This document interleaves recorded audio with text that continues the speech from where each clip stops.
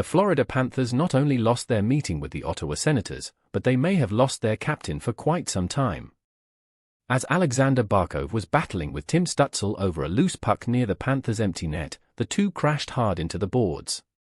Stutzle won the battle and potted an empty net goal, but Barkov took the worst of the collision.